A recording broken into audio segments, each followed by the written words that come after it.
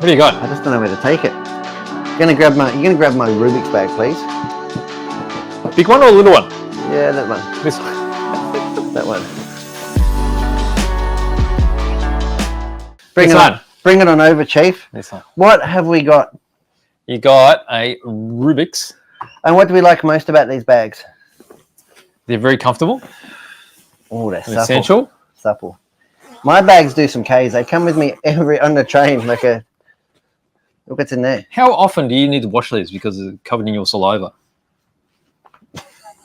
You think everything, right?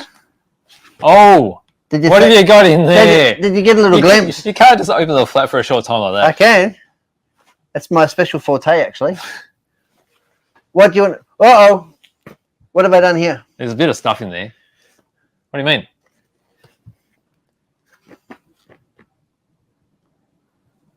What? Oh, push the one. The one. The one. Yeah. I got scared. How did you know that was the thing? I flipped over. Because I've done it before. Next week is going to be fun. I can see it already. Isn't it? It's going to be an absolute circus. Do you want to start from the top down? All right. So we've got some carbon bits. Carbon bits. Unfair RC. Actually, these won't be showing online yet. We've got to do that before we go home today. So these are for the Super Dog Fighter. These are for the 870C. And these are ball raced. What do you call that? The slave link? Servo saver linkage. Ackerman plate. Yeah. Yeah. So these are ball race. So these replace the Z wire. Yeah. Because the standard one has a Z wire. We can actually show the standard one, but yeah, it's got a Z wire that goes between the two steering bell cranks. Might go in really tight, eh? Going to go in really. Just don't push anything off. Almost lost that. Woo! Look at this. Ooh, giddy up, cowboy. Got a bit saucy in here. Saucy. There you go. So we've got the plate here with the bearings installed already. We've got some beautiful bit of blue hardware. Yep. I'm going to do a test fit on the. Well, I don't need to test it. Syrian's already got it on his. Yeah. I'm going to put it on our very own 870C and report back because the Z wire does in fact eat into the servo arms. Oh, does it? Stretches it all. Yes, and yes, gets yes. Yeah, it eventually breaks. So this eliminates that and also adds a lot of strength. Yes. Okay, so we've got those. We got those. What's this one? This is Anthony Miller's specialty. Oh, this is the RS 1.0 top deck. Yes. Because, you know, we put massive... Because they designed and engineered it to run in mod. Yes. So when you want to run it in something, say, more sensible like a 21.5, yes, you got to put a massive pinion and a small spur. That's right. And so this has been designed so that you can... Because you need to break apart the top plates, right? Yeah, because the standard top plate is three points, so it goes around the spur gear. That's right. So you can put in your little little spur gears and then your big pinions. Yeah, it'll clear the pinion because the other one, as soon as you put a bigger pinion on it, it starts to hit the top deck. Yes, yes. So if you have an RS and you're running anything under a 4.5, you probably need this top deck. Yes. Or an arrangement. Okay, so we've got multiples of those. We've got a few of those back. What else you got? Oh, what's this? Oh, what's this? What's this? This is something that's I'm pretty emotional about. What is pit iron? That's a pit iron. This is the ARROWMAX Pit Iron, and we've got our biggest fan on there, which is in fact Syrian. He bought my one. That was the last one. What's a pit iron? Is that like one of those golf clubs that you use? They're really small. Pit iron. When you're in the sand pit. No, it's just for soldering in general, just in the pits. Oh, is it a soldering iron? It's a soldering. It's definitely a soldering iron. Oh, definitely a soldering iron. You silly man. So it's in a little case. It's in a little case. This is one of those really tiny ones, right? Yeah, one of those little tiny black and gold ones. Yep. And you just plug them into a power supply? You plug them into a power supply or even a 6S battery. Oh, 6S battery. So it can be 2S, 3S, and so on. Right. I didn't think it would be 6S safe, but Syrian assures me that it is. And it heats up in about 0.8 of a second. A nanosecond. And it has a little LED on there. And it does, even on 2S, it heats up in like 3 seconds. Right. Or, 30 seconds. So it goes red hot, then white hot. It goes red hot and white hot, yeah. Wow. And it has self-regulating temperature. Yep. So it's not like a scope. You can let anybody use it. Oh, it won't burn itself out. Yeah, it's got like a nice 4mm chisel tip on it. Yes. And packs down really small. That's how small it packs down. Yes. So really, really versatile. Can run off your power supply, off your charger if it has that facility. Takes about 10 amps, 9 amps. Mm-hmm. Or any old batteries you've got kicking around. So that's really cool. And the reason that we got this stuff is because we've had a fresh restock of ARROWMAX. Small Reamer, one of our most populars. Guaranteed to draw blood at every opportunity. Oh, is that why it's got the hex hole so all the blood can just drip out of it? Yeah. You got the camber gauge. Look at that. That's a piece of art, isn't it? Oh, Absolute piece of it's art. hard to see there because it's all in black, right? Black. So if we go and tight. Why it's got measurements up the side, I have no idea. Oh, so that is 171097. So 1/10 on road or off road. Yeah, nice. Luxury. And forever popular ARROWMAX tools. Really nice. 3-stage anodizing now. 3-stage? Yeah. So you got the black, the gold, and white. Oh. If you go in tight again. You want me to go tight? Yeah, because they're absolutely beautiful. Yeah, see the white? Yes. These are the highest quality tools that money can buy as far as I'm concerned. They've actually, it looks the same, but they're actually redesigned in the past 12 months. The hexagonal cutouts are actually smaller to make them more comfortable and more grip. Yes. While still keeping them really light for those who travel and fly, you know, go to races via planes. I want to keep their stuff really light. Yeah, they weigh nothing. Tungsten tool bits. Droop gauges, just a perennial favourite. Yeah, if you race 1/10 on road and you don't have 10mm droop blocks, you're just not in the race, as far as I'm concerned. Oh, look at these. These are gold. These are a sight. They are gold. These are quite literally gold. These are a sight for sore eyes. These have literally been out of stock for probably 3 months. 2mm. These are the 2mm, 120mm long, tungsten steel tip. Yes. And this is, as far as I'm concerned, the best tip that money can buy for working on your RC cars, boats, planes, whatever it is. And that is, for even on 8th scale, it's 90% of the fittings. You're using that tool. So that's really good to have that back. What else have we got here? Oh, the little droopy drip gauge. Oh, the spinny roundy one. So I like this one because it's spinny roundy. It's not long and pointy. So it fits on your bench better, in your toolbox better, and it's designed to work on your 10mm droop blocks. Yeah. So you put your car on your 10mm droop blocks and you just slide that under your hinge pin or under any set space. Yeah. On the new MS, it will be probably right under where the cup comes through the arm. Yep. And measure your droop left and right, front and rear, which is one of the most handiest little setups that you can do on even on your RS. It's a really good adjustment to help you get balance on the car without making a huge change, but you can change the character of the car dramatically just by changing your droop 0.2 or 0.4 of a mil. So really, really good tool.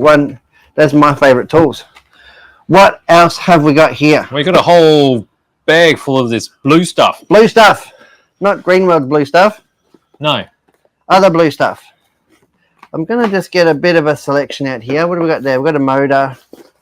We've got a battery. What kind of motor is this? We've got a little battery. Where's the speed controller? And I've got a speed controller.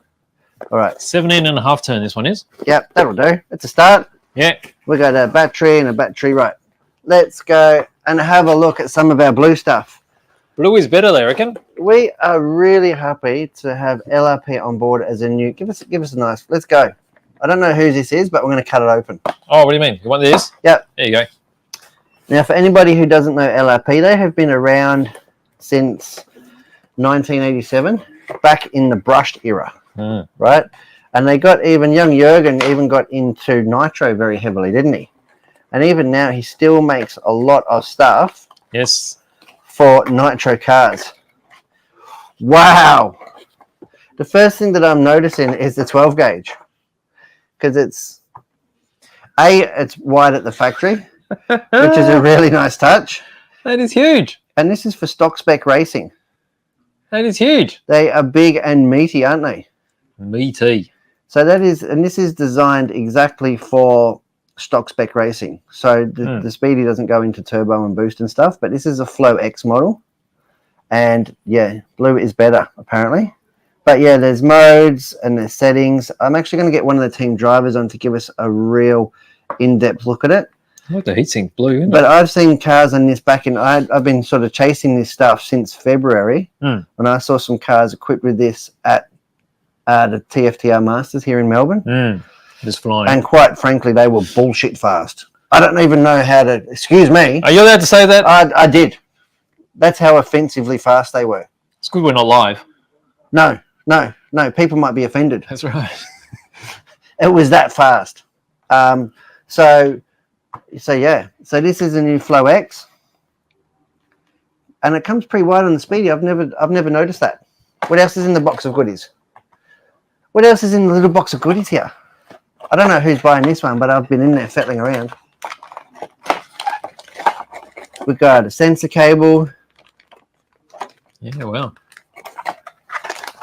Oh, it comes with a sensor cable. Yeah, a bit of double-sided tape. Yeah. Some stickers, some Go Fast stickers, instruction manuals. Mm-hmm. Now, these Speedies are really easy to set up. They use the old blinky blink method of setting them up. Watch the flashies. Yep, and you can, in fact, we do in fact have in here the USB bridge, so you can plug it straight into your laptop. Right. And go for it from there, or infinite adjustments. So yeah, LRP. This has been the fastest stuff in the country, pretty much for the past 12 months. So we thought we'd get it in, represent. And we've got some of the fast guys running it too. We've got Simon Nicholson, Steve Cornell, and John Pugh. So they've been raving about it and busting our chops to get it in. Busting our bejesuses. So now, what else have you got there, mate? What else are you going to show me? Well, something different. What, that's interesting, isn't it? A little what tiny battery. This is perfect for off-road, which is really good because I actually need some new packs, funnily enough. Is it a Shorty? Shorty. It's a Shorty Little. It's a Shorty Flatty. Oh, it is too. And the thing with these batteries is they sort of really underquote. Now they have, like, look how small the LiPo cell is in there. Yeah. It's like a transparent blue case, so it presents really nice. 3700, 135C high voltage. And they assure me that this is the go-to pack in off-road. Right. I don't have this. Yes, you do. Let's get the scales. I've got the scales. Let's see how much they weigh. Scales? So this is going to be the perfect on the pack box? for off-road. I don't believe the box. I want to believe. 155 grams. Well, that's exactly how accurate our scales are. Oh, 155 grams. Said they overquote. It's a gram lighter than they quoted. A gram lighter than they quote. Could be our scales. I don't know. Could be our scales. I don't know what to say there. Could be our scales. Wow. But that is a 3700. Right. So that is your little off-road pack. Yes. That'll do two-wheel drive, four-wheel drive. You put that in your four-wheel drive modified off-road car. And the good thing about being so light is you can put the rest of the weight down low. So you've got a 6100 as well and a 9400. Yep. So the 6100 here, this is a stock spec pack. That is designed for TC. That is the, I tend to believe them now, 273 grams. So that's going to be really good. And then you got old Bertha here. Look at that, 9400. Where's that go? If you need somebody who wants a lot of grunt, if you want to cook your motor, this is exactly the battery you need. Oh, there's some people that like cooking motors. This will definitely cook a motor before it goes flat. Right. I guarantee it. Guaranteed. It comes with a Brett guarantee. If you get your tuning of your motor wrong, nuclear meltdown. You will melt it down with this battery. And it will probably finish the race at 8 volts. 9400. The other day when TFG was running the ARROW, I think it was taking about 700 milliamps into 500. Imagine putting this in. You could do a 4-hour race with it. You would definitely you run all day. You would definitely melt the old brushes off the Mabuchi with that one. 9400. And that one here only weighs 336. That is really good for those racing 13.5 on a big track. 21.5, I don't know, but yeah, obviously you're 21.5. And your GTE and 8 scale stuff when you're using saddle packs and you need plenty of grunt. That is the gruntiest battery money can buy. And then the last thing you got over there is the X22. These are the fast motors, yeah? These are the ones when paired with that speed controller, apparently yield amazing combination made in heaven results. Well, like I said, I've seen 13.5s that have gone like 10.5s. Have a look at the state of them. And they're really, really nice, really heavy duty can. These would be really good for off-road applications.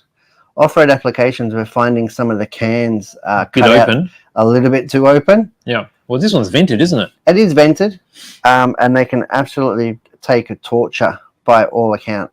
They use a slightly different sensor in these.